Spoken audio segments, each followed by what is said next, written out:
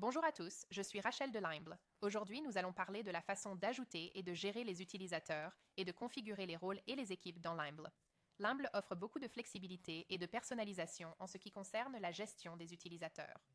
Vous pouvez autoriser et limiter différentes fonctionnalités pour tous vos utilisateurs, mais aussi configurer différentes permissions pour un même utilisateur s'il travaille sur plusieurs sites. La création de rôles personnalisés est possible pour certains plans clients. Seuls certains utilisateurs peuvent modifier ces configurations et paramètres utilisateurs.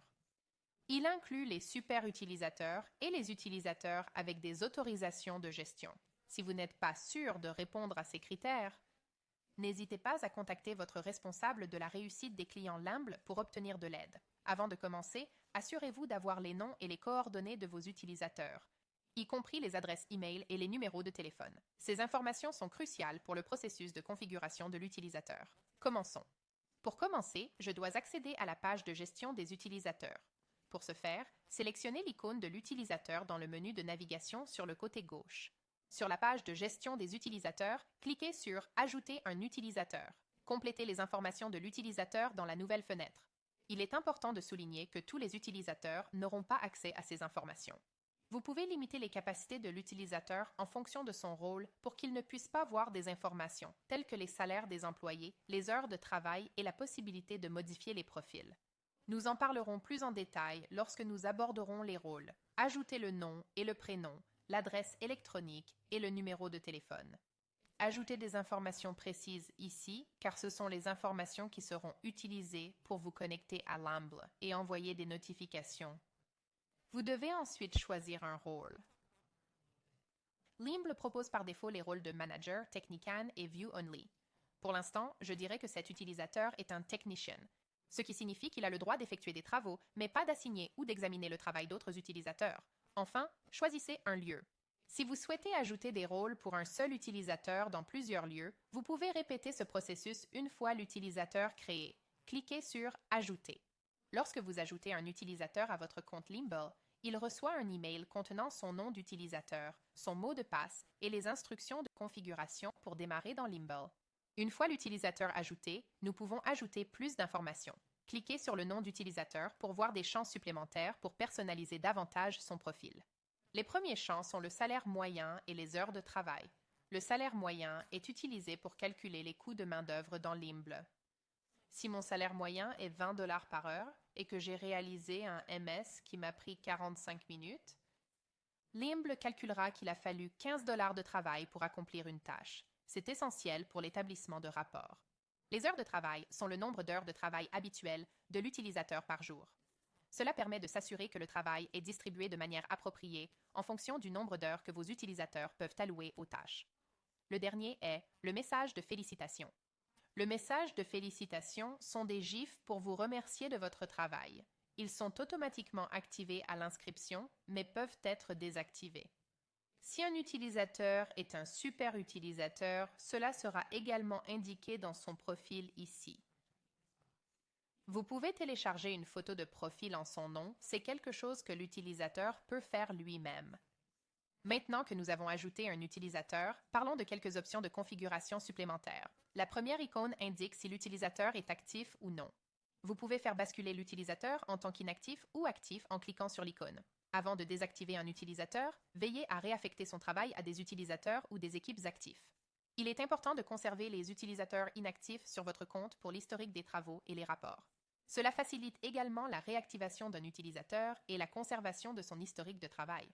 Votre nombre d'utilisateurs ne s'applique qu'aux utilisateurs actifs, vous ne serez donc pas facturé pour les utilisateurs inactifs. Les deux icônes suivantes contrôlent les notifications des utilisateurs. L'icône de courrier détermine si un utilisateur est notifié des tâches par courrier électronique et l'icône cloche détermine si un utilisateur reçoit des notifications push sur son appareil mobile ou sa tablette.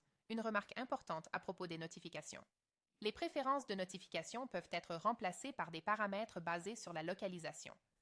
De cette façon, les utilisateurs ne recevront pas toutes les notifications, mais faire passer certaines alertes en fonction de leur importance. Pour configurer ces paramètres, cliquez sur l'icône Lieu et dans le nouveau menu, cliquez sur Gérer. Cliquez sur le nom de lieu. Dans la nouvelle fenêtre, cliquez sur le nom de lieu. Vous pouvez configurer davantage de paramètres de notification dans Notification courriel supplémentaire. L'icône flèche croisée vous permet d'envoyer à un utilisateur un courriel contenant un mot de passe généré de manière aléatoire. Si un utilisateur oublie son mot de passe, cela lui permet de le réinitialiser. Seuls les super utilisateurs ont la possibilité de modifier un mot de passe au nom d'un autre utilisateur, ce qui peut être fait par l'intermédiaire de l'icône verrou. L'icône crayon est un autre moyen d'entrer dans le profil de l'utilisateur et d'apporter des modifications aux paramètres que nous avons créés au début. Maintenant que nous avons ajouté un utilisateur, parlons des rôles. Les rôles sont des groupes de permissions qui autorisent ou limitent la capacité d'un utilisateur à effectuer des actions et de voir des informations sur votre organisation dans Limble. Un même utilisateur peut avoir plusieurs rôles assignés à un seul ou à plusieurs sites. Jetons un coup d'œil aux rôles dans Limble. Accédez à la page Paramètres dans le menu de navigation et, une fois sur la page, sélectionnez Rôle. Par défaut, Limble propose 3 rôles: Manager, Technician et View Only. Manager peut modifier presque tout sur lieu. Cela inclut la création et l'affectation de MS et de bons de travail, l'achèvement des travaux, la création de rapports, la gestion des articles en stock et la création d'équipes. Technicians peuvent effectuer des travaux, voir les tâches qui leur sont assignées, mettre à jour les niveaux d'inventaire et consulter les informations et l'historique des actifs. Ces utilisateurs ont moins d'autorisation que les managers. Les utilisateurs View Only peuvent uniquement voir un compte Limble. Ils ne pourront rien modifier dans votre système et certaines fonctions interactives peuvent être désactivées pour eux. Les utilisateurs View Only seuls peuvent voir des informations telles que les finances, l'historique de travail, les tâches en cours et les niveaux d'inventaire. Ce rôle est utile pour un cadre supérieur ou un directeur régional qui peut avoir besoin de voir l'activité de votre compte, mais pas d'y apporter des modifications ou d'y assigner des tâches. Vous ne pouvez apporter des modifications au rôle View Only qu'avec l'aide de votre CSM Limble. Vous pouvez activer et désactiver les autorisations en cliquant ou en décochant la case à gauche du nom de l'autorisation. De nombreuses autorisations dépendant d'autres autorisations pour fonctionner correctement. Lisez donc attentivement la description de chaque autorisation en cliquant sur son nom. Certains plans avec Limble vous permettent de configurer des rôles personnalisés. Consultez notre page de tarification ou contactez votre responsable de la réussite des clients pour en savoir plus. La création d'un rôle personnalisé contenant un ensemble spécifique d'autorisations vous permet d'attribuer un rôle à un groupe d'utilisateurs sans avoir à créer un rôle personnalisé pour chacun d'entre eux, ce qui prend beaucoup de temps. Vous pouvez avoir quelques utilisateurs du secteur financier qui utilisent Limble pour effectuer des achats et vous souhaitez qu'ils n'aient accès qu'aux autorisations liées aux achats. Pour créer un nouveau rôle personnalisé, cliquez sur « Créer un rôle ». Nommez le rôle. Je vais l'appeler « Achat ».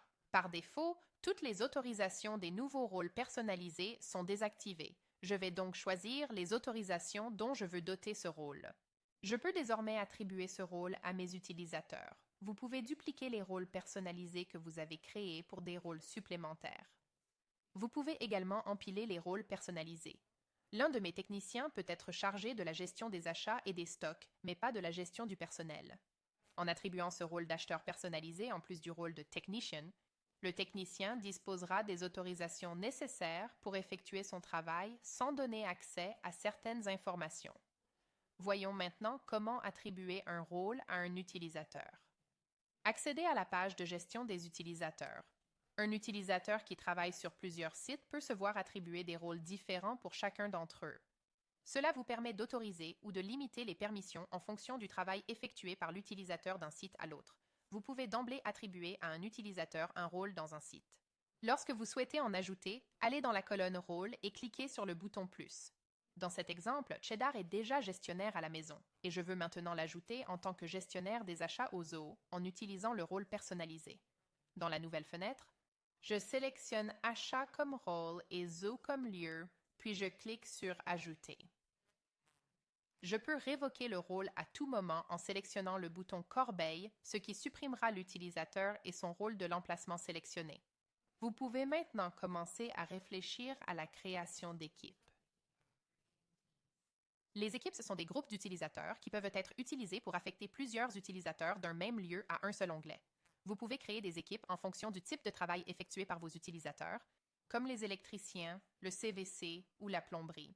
Ou peut-être avez-vous une équipe du matin et une équipe de nuit et voulez-vous créer des équipes. Les configurations d'équipes étant basées sur l'emplacement, vous pouvez créer des équipes au sein d'un lieu.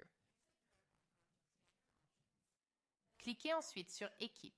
Pour créer une équipe, cliquez sur Créer une équipe. Nommez votre équipe dans le nouveau champ. Dans cet exemple, j'appellerai cela les électriciens du matin. Vous pouvez maintenant ajouter des utilisateurs à l'équipe. Allez dans la section Utilisateurs et cliquez sur le bouton plus à côté de leur nom. Dans la nouvelle fenêtre, sélectionnez l'équipe. L'utilisateur est désormais associé à cette équipe et sera ajouté à toutes les tâches qui lui sont assignées. Vous pouvez supprimer les associations d'équipes en cliquant sur Poubelle située à côté de l'équipe. Vous pouvez également supprimer des équipes de cette façon. Avant de conclure, parlons brièvement de la différence entre les rôles et les équipes, car on les confond parfois. Comme nous l'avons déjà mentionné, les rôles sont des groupes de permissions qui peuvent être attribués aux utilisateurs. Les équipes sont des groupes d'utilisateurs qui peuvent être affectés à des tâches. Par exemple, Cheddar et Candy sont tous deux des électriciens de l'équipe du matin. Cheddar est un manager et Candy est technicienne. Cela signifie que Cheddar a plus d'autorisation que Candy, mais si une tâche est assignée à l'équipe, ils y seront tous deux affectés. En raison de son rôle de manager, Cheddar peut apporter certains changements que Candy ne peut pas, mais ils seront tous deux affectés à des tâches au sein de l'équipe.